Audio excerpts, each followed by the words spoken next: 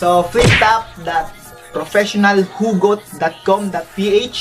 Ito na yung isa sa mga battle na pinakahihintay nyo. So, ang quarterfinals na laban ng mga taong di naman talaga pinaglaban. Kaya ko namang ilaban ka pa. Alam mo na iningatan kita, kaso lang may hinahanap. So, sa kanan ko, galing pa ng Pangasinan, pero sa dulo, siya pa rin ay iniwan. Mag-ingay para kay Boy Sawi.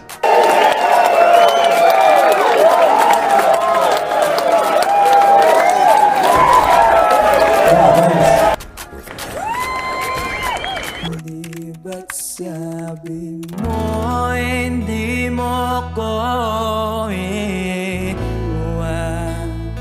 Di pa ba bayaan na ako'y mag-isa? Sa kaliwa naman, taga dito lang sa Maynila, pero laging binabaliwala. Mag-ingay para kay Boy Mapagpanggap.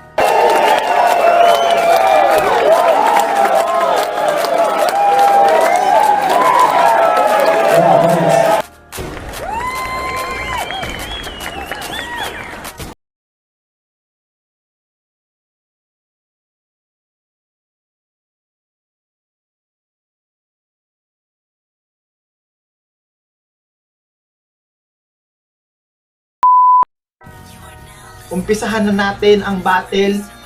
Professional hugot flip topper. Unang babanat.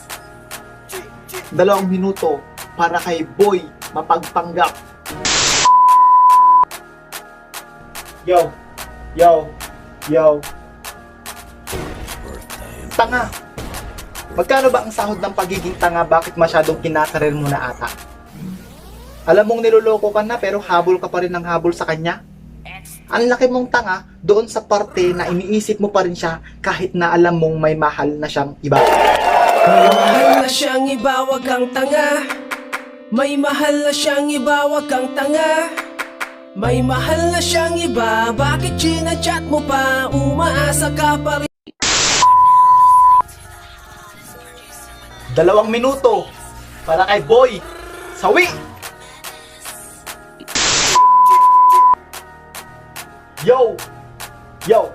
Okay nang maging tanga kaysa sa iyong mapagpanggap. Ano, natatakot ka sa relasyon nyo na baka hindi matanggap? Kapag nasa public, kunwari, ang saya-saya, pero puro away at sumbatan kapag kayo na lang dalawa. Ang tanga mo din doon sa part na ayos ka ng ayos ng relasyon nyo, samantalang siya, hinihintay na lang yung salitang pagsuko mo. Iniisip ko kung bakit ganito ang langit, nilayo ako sa...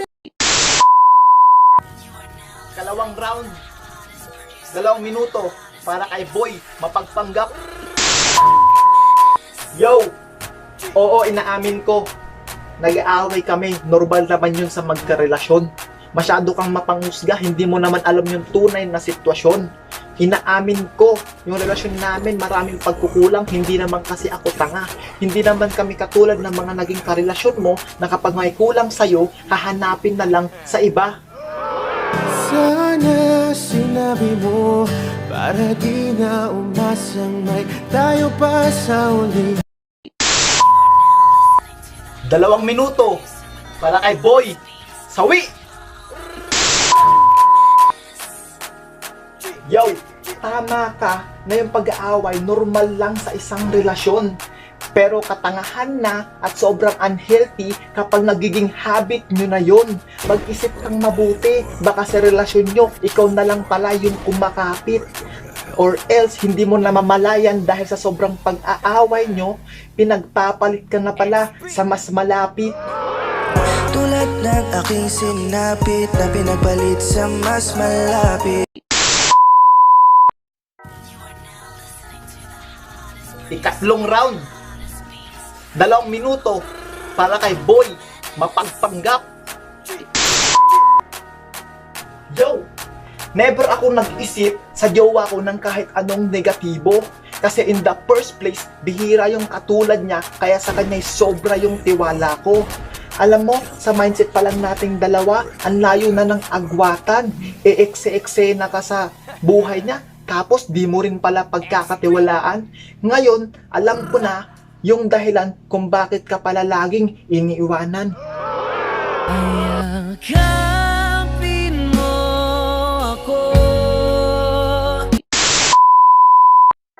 2 minuto para kay Boy Sawi. Wow, tol, sobrang-sobra ang iyong tiwala. Alam mo bang lahat ng sobra'y nakakasama? Hindi mo kontrolado yung tukso sa kapaligiran at hindi mo alam yung mga taong nakakasalamuhan yan. Ang sa akin lang naman, mas magandang ibigay yung tiwala sa taong alam mong mapagkakatiwalaan kaysa sa taong nakasama mo sa panahong panandalian lamang. Susulitin nating dalawa dahil maya-maya alam kong sa kanya ka na. Ang desisyon kung sino ang nanalo sa laban na to ay manggagaling sa nag-iisang hurado. Walang iba kundi si Boy Real Talk. Mag-ingay! Yo! Grabe yung laban, napaka-intense. Si Boy mapagpanggap, grabe yung mga punchline na solid. Samantalang si Boy Sawi, grabe yung mga ribat niya. Sobrang real talk, ribat na ribat. So bilang hurado, ang desisyon ko, ang nanalo sa battle na ito ay wala. Kasi parehas naman kayong tanga.